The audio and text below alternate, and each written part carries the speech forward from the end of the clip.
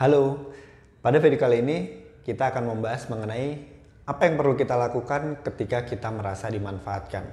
Yang pertama adalah bagaimanapun saya pikir kita semua pernah merasa dimanfaatkan. Namun di satu sisi belum tentu orang yang dalam tanda kutip memanfaatkan kita itu merasa memanfaatkan kita. Dia merasa bahwa ini timbal balik kok, kamu untung saya untung. Cuman mungkin kita karena keuntungannya lebih kecil terus kita merasa dimanfaatkan. It's okay. Itu adalah hal yang alami. Yang pertama adalah perlu kita bergarisbawahi orang dalam tanda kutip memanfaatkan kita ketika dia melihat ada kelebihan yang tidak digunakan oleh kita. Kelebihan itu bisa waktu, bisa energi, bisa sebuah keterampilan, bisa juga bahkan niat baik kita. Mungkin kita punya niat baik untuk sesuatu, kemudian kita nggak bisa mengekspresikannya, kemudian orang melihat, aha, ini orang bisa nih dipakai nih, kan niatnya baik, disuruh ini aja gitu.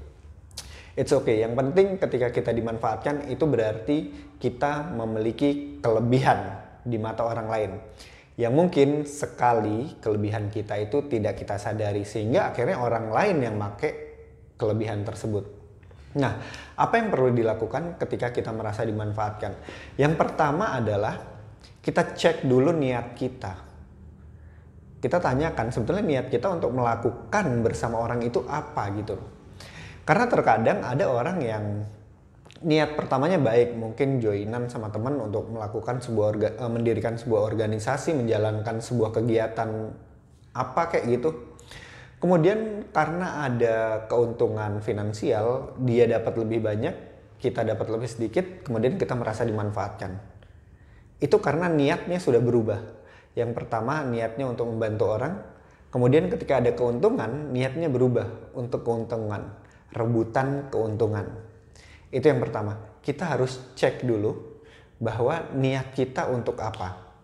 Nah, kalau terjadi seperti itu di tengah jalan ternyata ada keuntungannya, nah kita harus fokus pada niat awal kita dan tujuan kita. Tujuan kita dapat nggak di situ? Kalau dilanjutin bisa ya udah dilanjutin, kalau enggak ya sudah. Lakukan hal yang lain. Ingat ketika kalian dimanfaatkan, kita dimanfaatkan, berarti kita memiliki kelebihan. Yang kedua adalah kita mengecek kelebihan-kelebihan kita. Ingat ya, orang tuh memanfaatkan kita karena ada kelebihan yang nganggur, yang nggak dipakai sama kita sehingga orang lain yang make. Jadi cek ulang kelebihan-kelebihan kita. Kok saya merasa dimanfaatkan ya?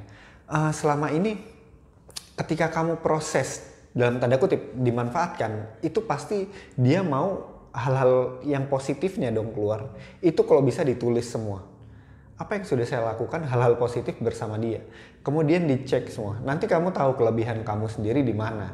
Nah, disitulah kamu bisa menggunakan kelebihan itu untuk diri sendiri, bukan lagi dipakai oleh orang lain.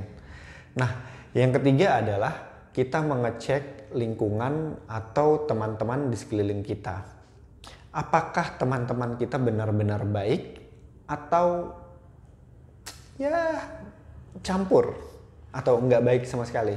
Mungkin kita orang yang baik gitu kan, kamu orang yang baik, kamu punya niat baik untuk nolong orang lain, kemudian teman kamu adalah orang yang dalam tanda kutip konvensional banget gitu. Jadi dia nggak menolong orang lain kalau nggak ada imbalannya. Karena kamu terlalu baik, dia memanfaatkan kamu, kamu disuruh bekerja pakai atas namanya dia dapat namanya, kamu dapat capeknya. Jadi dicek ulang, sebetulnya di sekeliling kamu tuh bener-bener orang yang memiliki niatan sama atau enggak. Saya sarankan untuk selalu bekerja sama dengan orang yang memiliki niat yang sama. Kalau umpamanya niat kamu adalah untuk menolong orang lain, cari orang yang sama yang ingin menolong orang lain. Jangan cuma karena dia punya infrastrukturnya, karena dia punya programnya, karena dia punya dananya, terus kamu ya udah deh nggak apa-apa aku ikut-ikutan di sini. Ujung-ujungnya kamu dimanfaatkan. Jadi cek niat kamu. Yang paling pertama, sebetulnya niatnya tetap pada niatan awal atau berubah di tengah jalan. Sehingga terjadi perebutan nama, perebutan keuntungan, dan lain sebagainya.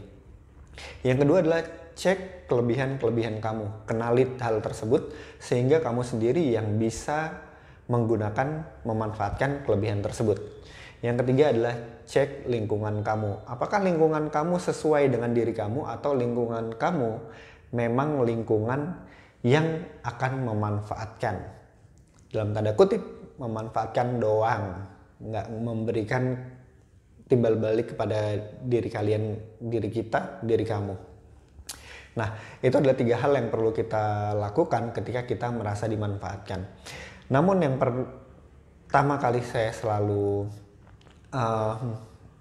tekankan adalah coba jaga niatnya. Jaga niat kita dari awal sampai akhir.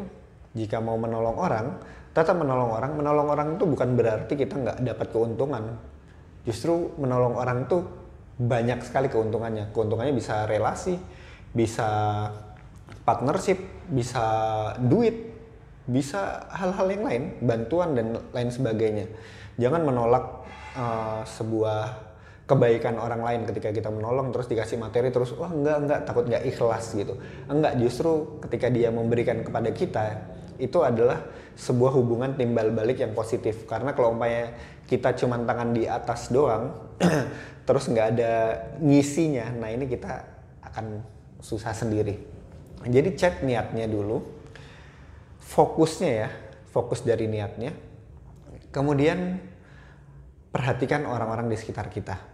Apakah dia punya niat yang sama? Jauhi orang yang tidak punya niat yang sama, karena kecenderungan orang yang tidak memiliki niat yang sama, dialah yang akan memanfaatkan kita. Sekian video kali ini, semoga bermanfaat dan salam energi positif untuk kita semua. See ya.